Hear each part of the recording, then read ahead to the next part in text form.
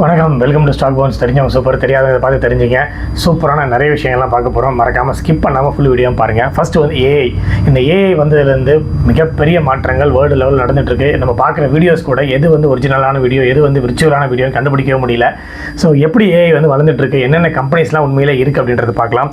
Open AI தான் வந்து largest AI கம்பெனின்னு சொல்லப்படுது வேர்ல்டுலேயே. அதோட வேல்யூவேஷன் வந்து இப்போ வந்து $500 பில்லியன் வரைக்கும் ரீச் ஆயிருக்கு. World's most valuable start up company அப்படின்னு சொன்னீங்கன்னா இது வந்து நம்ம ஓப்பன் ஏஐ கம்பெனி சொல்லலாம். அதுக்கப்புறம் NVIDIA மிகப்பெரிய ஒரு AI making chip company. CEO வந்து ஜென்சன் ஆங் ஒரு 2 இயர்ஸ்க்கு முன்னாடி நம்மளோட கண்ட்ரி கூட வந்திருந்தாரு. அவங்களோட மார்க்கெட் கேபிடலைசேஷன் இப்போ வந்து $4.5 trillion தாண்டி போயிட்டு இருக்கு. அதுக்கப்புறம் சாம்சங் எலக்ட்ரானிக்ஸ் 3.5% வந்து growth காமிச்சிருக்காங்க, சிஓவில் இருக்கிற கம்பெனி. அதுக்கப்புறம் SK ஹினிக்ஸ் 9.9% வந்து growth காமிச்சிருக்காங்க. AMD 3.5% growth காமிச்சிருக்காங்க. Broadcom 2.5% வந்து growth காமிச்சிருக்காங்க. TSMC மிகப்பெரிய கம்பெனி டைவானில் இருக்குது, 1.2% வந்து growth காமிச்சிருக்காங்க. இன்ஃப்ளூயன்சர்ஸ், இன்ஸ்டாகிராம் ஆகட்டும் இல்லை எந்த சோஷியல் மீடியாவும் இன்ஃப்ளூயன்சர்ஸோட ஒரு ஆதிக்கம் வந்து வேர்ல்டு முழுக்க வந்து வந்துட்டுருக்குன்னு சொல்லலாம். ஸோ எந்த கண்ட்ரியில் இன்ஃப்ளூயன்சர்ஸோட ஆதிக்கம் அதிகமாக இருக்குது அப்படின்றத ஒரு சர்வே கொடுத்துருக்காங்க. அதையும் சுவாரஸ்யமாக பார்த்துடலாம். வேர்ல்டுலேயே ஹையஸ்ட்டாக இன்ஃப்ளூயன்சர்ஸோட growth வந்து பிரேசிலில் தான் இருக்குது, மொத்தம் 47%. செகண்ட் பொசிஷன் யார் தெரியுமா இருக்கா? நம்ம கண்ட்ரி தான், இந்தியா தான் இருக்குது, கிட்டத்தட்ட 42%. மூணாவது இடத்துல China 39%, south Korea 33%, Mexico 32%, Italy 24%, USA 22%, Germany 23%, Netherlands 18%, Japan 11%. சரிங்களா? ஸோ நல்ல விதத்தில் யூஸ் பண்ணால் கண்டிப்பாக இன்ஃப்ளூயன்சர்ஸ்க்கும் ஒரு growth இருக்குன்றது இது மூலிமா தெரியுது. ஸோ அதுக்கப்புறம் இந்த ஹோம் எல்லாருக்கும் கனவு இருக்கும். அதாவது ஒரு வீடு வாங்கணும், இல்லை மேபி இப்போ இருக்கிற நிலைமையில் லேண்ட் வாங்கி வீடு கட்டுறதுன்றது கொஞ்சம் சிரமமான விஷயம். இப்போ வந்து எல்லாரும் வந்து ஒரு அப்பார்ட்மெண்ட்டாக வாங்கிடுறாங்க. பட் எப்படி இருந்தாலும் எல்லாருக்கும் வந்து ஒரு ட்ரீம் வந்து ஒரு ஹவுஸ் வாங்கணும் அப்படின்ட்டு. இந்த ஹோம் வாங்கும்போது, ஒரு வீடு வாங்கும்போது ஏகப்பட்ட கன்ஃபியூஷன்ஸ். கரெக்டான டாக்குமெண்ட்ஸ் கரெக்டாக இருக்கா, கரெக்டான அப்ரூவல் இருக்கா, லேண்டு கரெக்டான இடத்துல வந்து வீடு கட்டியிருக்காங்களா, இந்த மாதிரி ஏகப்பட்ட கிளாரிஃபிகேஷன்ஸ் இருக்குது. இதுக்கு வந்து ஒரு தெளிவான சொல்யூஷன் வந்து கிடைக்காது. நீங்கள் எத்தனை பேர் போய் பார்த்தாலுமே ஒரு டவுட் வந்து நம்ம மனசுக்குள்ளே இருந்துகிட்டே இருக்கும். ஸோ அதுக்காக தான் RERA அப்படின்ற ஒரு அஃபிஷியல் வெப்சைட் வந்து அனௌன்ஸ் பண்ணியிருக்காங்க. இதில் என்னென்ன பெனிஃபிட்ஸ் இருக்குன்னு ஃபஸ்ட்டு பார்த்துடலாம். ரெரா ரெஜிஸ்ட்ரேஷன் பண்ணிட்டாங்கன்னா பெனிஃபிட்ஸ் வந்து transparency and accountability, 70% of funds will be in escrow. அதே மாதிரி மேண்டேட்டரி ப்ராஜெக்ட் ரெஜிஸ்ட்ரேஷன். ஒரு ப்ராஜெக்ட் ரெஜிஸ்ட்ரேஷன் பில்டர் வந்து ப்ராஜெக்ட் வந்து இப்போ பண்ண ஆரம்பிக்கணும்னா கண்டிப்பாக இது வந்து மேண்டேட்டரி ரெஜிஸ்டர் பண்ணியிருக்கணும். அது மட்டும் இல்லாமல் இது வந்து ஒன்லி ஃபார் ரெசிடென்ஷியலுக்கு மட்டும் கிடையாது, கமர்ஷியலுக்குமே. ஒரு கம்பெனி ஆரம்பிக்க போகிறீங்க, உங்களுக்கு ஒரு இடம் தேவை கமர்ஷியலாக அப்படின்னா அதுவும் வந்து நீங்கள் இந்த ரெரா வெப்சைட்டில் போய் பார்த்துக்கலாம். அது மட்டும் இல்லாமல் 5 years டிஃபெக்ட் லயபிலிட்டி கொடுக்குறாங்க, ஸ்ட்ரிக்ட் பெனால்ட்டி ஃபார் நான் கம்ப்ளைன்ஸ். அது மட்டும் இல்லாமல் மேண்டேட்டரி டிஸ்க்ளோஷர் வெப்சைட்ஸில் நீங்கள் என்ன பண்ண போகிறாங்க, எவ்வளோ அப்ரூவல் வாங்கியிருக்காங்க, அதில் எத்தனை பில்டிங் கட்ட போகிறாங்க, எத்தனை ஃப்ளோர்ஸ் கட்ட போகிறாங்கன்னு கம்ப்ளீட்டாக மேண்டேட்டரி டிஸ்க்ளோஷர் கொடுத்துருக்கணும், யாராக இருந்தாலும் சரி, எந்த பில்டராக இருந்தாலும் சரி. ஸோ அதுக்கப்புறம் time deal delivery and quality construction, no ads without registration. அதாவது அதில் ரெஜிஸ்ட்ரேஷன் பண்ணாமல் ஆட்ஸ் வந்து போடக்கூடாது. அது மட்டும் இல்லாமல் approved plans, refunds for delays, reduced for frauds and delays, fast track dispute revolution. So மறுபடியும் சொல்கிறேன், RERA. இஃப் யூஆர் இன்ட்ரெஸ்டட் கூகுளில் போய் சர்ச் பண்ணி போய் பார்த்துக்குங்க. ஸோ அதுக்கப்புறம் என்ன சொல்கிறதுன்னு தெரியல. இந்த கோல்டுக்கும் சில்வருக்கும் எந்த அளவுக்கு ஃபாஸ்ட்டாக போகுதுன்னா புல்லட் ட்ரெயினோட ஸ்பீடாக போயிட்டு இருக்குன்னு சொல்லலாம். அந்த அளவுக்கு வந்து ப்ரைஸ் வந்து வேகமாக போயிட்டே இருக்குது. போகிற போக பார்த்தா 1 கிராமே வாங்குறது வந்து ஒரு டவுட் ஆகிடும். ஸோ இன்றைக்கி அந்த கோல்டில் என்னென்னலாம் சுவாரஸ்யமான விஷயங்கள்லாம் இருக்குன்னு பார்த்துடலாம். ஆவரேஜாக பார்த்தீங்கன்னா கோல்டு அண்ட் சில்வர் 10 வருஷத்தில், கடந்த 10 ஆண்டுகளில் ஆவரேஜாக கோல்டு வந்து 8.7% growth, சில்வர் வந்து 5.2% growth கொடுத்துருக்கு. கரண்ட்டில் இப்போ நடக்கிறதுல பார்த்தீங்கன்னா கோல்டு வந்து 15% growth, சில்வர் வந்து 13.8% வந்து growth காமிச்சிருக்கு. மேக்ஸிமம் கோல்டு வந்து 15.6% வரைக்கும் growth காமிச்சிருக்கு, சில்வர் வந்து 13.8% வரைக்கும் growth காமிச்சிருக்கு. வேறு மினிமமில் பார்த்தீங்கன்னா கோல்டு வந்து 3.3% பாசிட்டிவ்லையும், சில்வர் வந்து 2.4% வந்து நெகட்டிவ்லையும் கொடுத்துருக்கு. ஸோ என்ன சொல்ல வருது?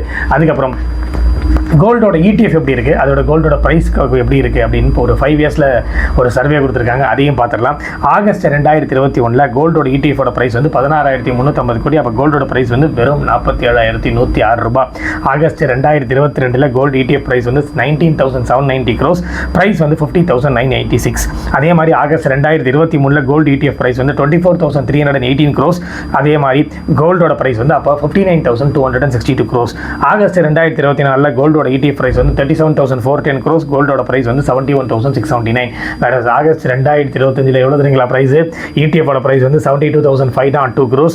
அதே மாதிரி கோல்டோட பிரைஸ் வந்து 1,01,967.00. ஆனுவல் ரிட்டர்ன் கேள்விப்பட்டீங்கன்னா கோல்டு வந்து இப்போ 10.7% growth-உம், சில்வர் வந்து 15.6% growth-உம், நிஃப்டி 500 வந்து 13.3% growth. ஸோ ஈக்விட்டியோட கம்பேர் பண்ணும்போது, கோல்டோட கம்பேர் பண்ணும்போது, ஆனுவல் ரிட்டர்ன் பார்க்கும்போது சில்வர் வந்து சூப்பரான ஒரு growth கொடுத்துருக்குன்னு சொல்லலாம். சொல்லலாம். ஸோ 10 இயர் ரிட்டர்ன்ஸ் வந்து மேக்ஸிமம் இந்த ஒரு கேட்டகரியில் பார்த்தீங்கன்னாக்கா ஈக்விட்டி மிட் கேப் வந்து 16.1%, கோல்டு வந்து 16%, சில்வர் வந்து 15.1% growth காமிச்சிருக்கிறாங்க. சரிங்களா? ஸோ அடுத்தது 5 லார்ஜஸ்ட் ஓவர் சப்ஸ்கிரைப்டு IPO 2025 இப்போ நடந்துட்டு இருக்கு. பட் IPO ஸ்டார்ட் பண்ணி இந்த ஒரு ஆஸ் ஆஃப் உங்களுக்கு ஆகஸ்ட் எண்ட் வரைக்கும் வைங்களேன், எந்தெந்த கம்பெனி ஓவர் சப்ஸ்கிரைப் ஆயிருக்குன்னு பார்க்கலாம். Highway infrastructure 316.6 times, Denta water and infra solutions 221.5 times, Quadrant future tech 196.0 times, Stallion India fluorochemicals 188.3 times, standard glass lining technology 185.5 times. So அதுக்கப்புறம் Q2 ஃபினான்ஷியல் இயர் 26 வந்து results announce பண்ணிட்டாங்க. இதில் banking செக்டரோட growth எப்படி இருக்குது, எந்தெந்த bank எந்தெந்த growth காமிச்சிருக்காங்கன்றதையும் பார்த்துடலாம். Highest deposit by HDFC bank தான், கிட்டத்தட்ட 28 lakh crores deposit with 12.1% growth காமிச்சிருக்காங்க.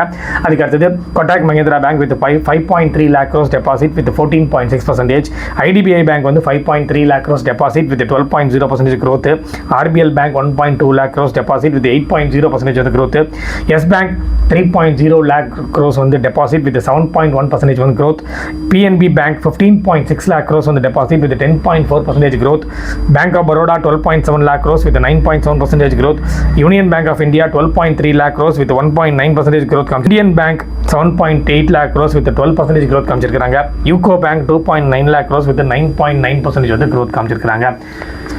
அதுக்கப்புறம் ஒரு கம்பெனி வந்து இப்போ இருக்குன்னு வச்சுங்க, MNCயாக ஒரு கம்பெனி இருக்குன்னா இந்தியாவில் இருக்கும், ஆஸ்திரேலியாவில் இருக்கும், ஜெர்மனியில் இருக்கும், யூஎஸ்ஏல இருக்கும், ஜப்பானில் இருக்கும், அது ஏகப்பட்ட இடத்துல இருக்கும். அதுதான் வந்து நம்ம மல்டிநேஷ்னல் கம்பெனின்னு சொல்லுவோம். ஸோ கடந்த ஒரு 2 ஆண்டுகளில் பார்த்தீங்கன்னா ஒரு மல்டிநேஷ்னல் கம்பெனி எடுத்துக்கிட்டிங்கன்னா இந்தியாவோட growth வந்து அதிகமாக இருக்குன்னு சொல்கிறாங்க. வென் கம்பேர்ட் டு மற்ற கண்ட்ரியில் அவங்களோட கம்பெனியை மேனுஃபேக்சரிங் செக்டர் அங்கே இருக்கிறதுக்கும் இந்தியாவில் இருக்கிறதுக்கும் ரொம்ப டிஃப்ரென்ஸ் இருக்குது. இந்தியாவில் வந்து எங்களுக்கு growth அதிகமாக இருக்குன்னு சொல்கிறாங்க. யார் அப்படி சொல்லியிருக்காங்கன்னு பார்க்கலாம். நெஸ்லே வந்து குளோபல் வந்து மார்க்கெட் கேபிடலைசேஷன் 21,30,525 crores, ரெவன்யூ வந்து 10,12,202 கோடி. அதே ஃபார் எக்ஸாம்பிள் இந்தியாவில் மட்டுமே பார்த்தீங்கன்னாக்கா மார்க்கெட் கேபிடலைசேஷன் 2,25,553 crores, ரெவன்யூ வந்து 21,236 crores. நீங்கள் ஃபிகர்ஸை பார்க்கும்போது என்ன பிரதர் இது வந்து கம்மியாக தானே இருக்குது அப்படின்னு கேட்கலாம். இது வந்து ஓவரால் குளோபல், இது மட்டும் இந்தியா மட்டுமே. ஸோ இது ரெஸ்ட் ஆஃப் இந்தியான்னு சொல்லலாம். கிட்டத்தட்ட ஒரு 5 கம்பெனி இருக்கலாம், 6 கம்பெனி இருக்கலாம், 7 இடத்துல அவங்க கம்பெனி இருக்கலாம். ஓவரால் வேல்யூ இதுதான். பட் இந்தியாவோட தனிப்பட்ட வேல்யூ இது. அப்படி பார்க்கும்போது நம்மளோட growth அதிகமாக இருக்குன்னு சொல்கிறாங்க. அதுக்கப்புறம் எந்த கம்பெனி பார்த்தீங்கன்னா அபாட் லெபார்டரிஸ் மிகப்பெரிய ஒரு ஃபார்மா கம்பெனி. குளோபல் வைஸில் market capitalisation 20,79,500 crores, revenue 3,59,800 crores. இந்தியாவில் மார்க்கெட் கேபிடலைசேஷன் 63,629 crores, ரெவன்யூ வந்து 6,409 crores. சீமென்ஸ் கேள்விப்பட்டிருப்பீங்க. குளோபலில் மார்க்கெட் கேபிடலைசேஷன் 20,10,450 crores, ரெவன்யூ வந்து 7,91,115 crores. அதே மாதிரி இந்தியாவில் மார்க்கெட் கேபிடலைசேஷன் 1,12,681 crores, ரெவன்யூ வந்து 23,165 crores. ஹிந்துஸ்தான் யூனிலிவர், நம்ம ஊரில் ஹிந்துஸ்தான் யூனிலிவர், ஃபாரினில் யூனிலிவர்னு சொல்லுவாங்க. குளோபலில் மார்க்கெட் கேபிடலைசேஷன் 12,81,630 crores, ரெவன்யூ வந்து 5,83,310 crores. அதே மாதிரி இந்தியாவில் மார்க்கெட் கேபிடலைசேஷன் 5,97,800 crores, ரெவன்யூ வந்து 64,738 கோடி எடுத்திருக்கிறாங்க. அதுக்கப்புறம் மிகப்பெரிய கம்பெனி, எல்லாருக்கும் தெரிஞ்ச company Colgate Palmolive. Market capitalisation 5,61,778, குளோபலில் ரெவன்யூ வந்து குளோபல் வந்து 1,78,416 crores. இந்தியாவில் மட்டுமே கிட்டத்தட்ட மார்க்கெட் கேபிடலைசேஷன் 60,232 crores, ரெவன்யூ வந்து 6,179 கோடி. ஸோ அதுக்கப்புறம் ஹுண்டை மோட்டார்ஸ் குளோபலில் மார்க்கெட் கேபிடலைசேஷன் 3,47,992 crores, ரெவன்யூ வந்து 11,03,956 crores. இந்தியாவில் மார்க்கெட் கேபிடலைசேஷன் 2,03,813 crores, ரெவன்யூ வந்து 70,104 crores. முடிக்கும் போது சுசுகி மோட்டார்ஸோட முடிச்சிடலாம். மார்க்கெட் கேபிடலைசேஷன் குளோபலில் 2,58,029 crores, ரெவன்யூ 3,49,510 crores. இந்தியாவில் மார்க்கெட் கேபிடலைசேஷன் 4,96,923 crores, ரெவன்யூ வந்து 1,58,179 crores. பார்த்துக்குங்க. சரி, அதுங்களா அடுத்தது ரெக்கார்ட் மேக் பை ஐஃபோன். அது என்ன ரெக்கார்ட் பண்ணியிருக்காங்க பார்க்குறீங்களா? இந்தியாவில் மட்டுமே மேனுஃபேக்சரிங் பண்ண டோட்டல் மதிப்போட ஐஃபோனோட வேல்யூ வந்து $10 billion கடந்து போயிட்டுருக்கு. எப்படின்னு பார்க்குறீங்களா? வேல்யூ வந்து $17.5 billion. ஃபினான்ஷியல் இயர் 23ல் $1.7 billion இருந்தது. ஃபினான்ஷியல் இயர் 24ல் $4.3 billion இருந்தது. ஃபினான்ஷியல் இயர் 25ல் $5.7 billion இருந்தது. ஃபினான்ஷியல் இயர் 26ல் $10 billion கிராஸ் ஆகி போயிட்டுருக்கு.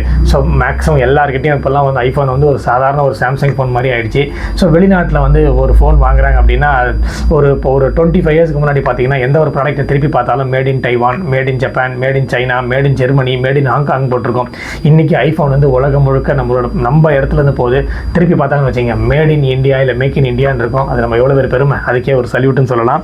ஸோ அதுக்கப்புறம் தெர்மல் பவர் பிளான்ட்டோட growth எப்படி இருக்குன்னு பார்த்துடலாம். என்னென்ன பவர், அதாவது அப்கமிங் எவ்வளோ மெகாவாட்ஸ் வந்து இன்ஸ்டால் பண்ண போகிறாங்க, ஆல்ரெடி இன்ஸ்டால்டு எவ்வளோ, இதுக்காக எவ்வளோ ஃபண்ட் ஒதுக்கியிருக்காங்க அப்படின்னு தெரிஞ்சிங்கன்னா இதெல்லாம் எதுக்கு நான் சொல்ல வரேன்னா உங்களுக்கு இதெல்லாம் தான் ஒரு ஷேர் மார்க்கெட் அனாலிசிஸ். டேரெக்டாக பணம் இருக்குது, டக்குன்னு இன்வெஸ்ட் பண்ண பணத்தை உடனே இப்போ ப்ராஃபிட் எடுக்கணுன்றது இருக்கக்கூடாது, உங்களுக்கு ஐடியாவே கிடைக்காது. இதெல்லாம் நீங்கள் பார்க்க தான் ஓஹோ இந்த கம்பெனி இந்த மாதிரி க்ரோத் இருக்குது, இந்த கம்பெனியோட சிஏஜிஆர் வேல்யூ இருக்குது, இந்த கம்பெனியோட அசெட் அண்டர் மேனேஜ்மெண்ட் எப்படி இருக்குது, இந்த கம்பெனியோட டெபிட் கடன் இவ்வளோ இருக்குது, எவ்வளோ சீக்கிரத்தில் இந்த கடன் அடைச்சிருக்காங்க, ஸோ எவ்வளோ இந்த ஐபிஓ வந்து எத்தனை டைம் சப்ஸ்கிரைப் ஆயிருக்கு, இதெல்லாம் தெரிஞ்சால் தான் உங்களுக்கு ஒரு ஐடியா கிடைக்கும். ஏன்னா ₹1 இருந்தாலும் ₹100 இருந்தாலும் அது உங்களோட பணம், ஞாபகம் வச்சுக்கோங்க. So thermal power plant growth வந்து ஃபஸ்ட்டு வந்து அதானி பவர் பார்த்துடலாம். ஆல்ரெடி இன்ஸ்டால் வந்து 18,150 மெகாவாட்ஸ், அப்கமிங் வந்து 23,720 மெகாவாட்ஸ். எவ்வளோ ஃபண்ட் ஒதுக்கியிருக்காங்கன்னா 2 lakh crores. அதுக்கப்புறம் NTPC installed 64,174 megawatts, upcoming 15,580 megawatts. எவ்வளோ ஃபண்ட் ஒதுக்கியிருக்காங்கன்னா 2.25 lakh crores. Torrent installed 3,092 megawatts, upcoming 7,000 megawatts. how much fund வந்து ரிலீஸ் பண்ணியிருக்காங்கன்னா 60K to 90K crores வந்து ரிலீஸ் பண்ணியிருக்காங்க. JSW power installed 5,658 megawatts, upcoming வந்து 3,400 megawatts. So FBI foreign portfolio investors, ஒரு share மார்க்கெட்டில் பிகினஸாக இருக்கிறனா நிறைய கிரைட்டேரியா இருக்குது, நிறைய ஸ்ட்ராட்டஜி இருக்குது. அதில் ஒரே ஒரு கிரைட்டேரியா எடுத்துக்கிட்டிங்கன்னா அந்த FBA ஒரு அளவு ஃபாலோ பண்ணிங்கன்னா உங்களுக்கு வந்து ஐடியா கிடைக்கும். அவங்க எப்படி வந்து பணத்தை எந்த செக்டாரில் போடுறாங்க, எந்த செக்டாரில் வெளியில் எடுக்கிறாங்கன்னு கரெக்டாக ஃபோக்கஸ் பண்ணிட்டே வந்தீங்கன்னா உங்களுக்கு ஒரு ஐடியா கிடைக்கும். இப்போ முடிந்த செப்டம்பரில் நெட் அவுட்ஃப்ளோ எந்த செக்டார்லேருந்து பணத்தை வெளியில் எடுத்திருக்காங்கன்னா அதிகபட்சமாக ஹெல்த் கேர்லேருந்து 4,521 crores வெளியில் எடுத்திருக்காங்க. அதுக்கப்புறம் ஐடி செக்டார்லேருந்து 4,036 crores வெளியில் எடுத்திருக்காங்க. கன்சியூமர் டியூரபிள்ஸ்லேருந்து 3,301 crores வெளியில் எடுத்திருக்காங்க. FMCG செக்டார்லேருந்து 3,110 crores. சர்வீஸ் செக்டார்லேருந்து 1,222 crores. எதில் பணத்தை அதிகமாக இன்வெஸ்ட் பண்ணியிருக்காங்கன்னு பார்த்தீங்கன்னாக்கா ஆட்டோமொபைல் செக்டாரில் 1,733 crores, கேபிட்டல் குட்ஸில் 1,492 crores, oil gas and consumable ஃபியூவல்ஸில் 728 crores, கன்ஸ்ட்ரக்ஷனில் 726 crores, மெட்டல்ஸ் அண்ட் மைனிங்கில் 446 crores. ஸோ முடிக்கும் போது ஒரு சூப்பரான விஷயத்தை சொல்லி முடிச்சிடலாம். இன்ஸ்டாகிராம் யார் தான் யூஸ் பண்ணாமல் இருக்கிறா?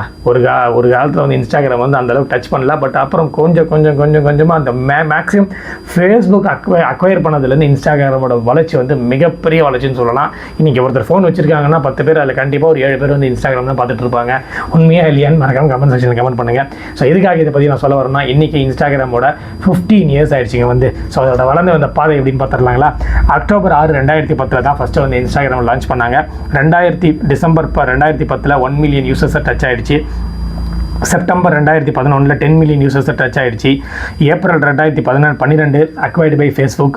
ஜூன் 2013 வீடியோஸ் வந்து லான்ச் பண்ணாங்க. December 2016 300 million monthly users, not yearly users, monthly users reach ஆச்சு.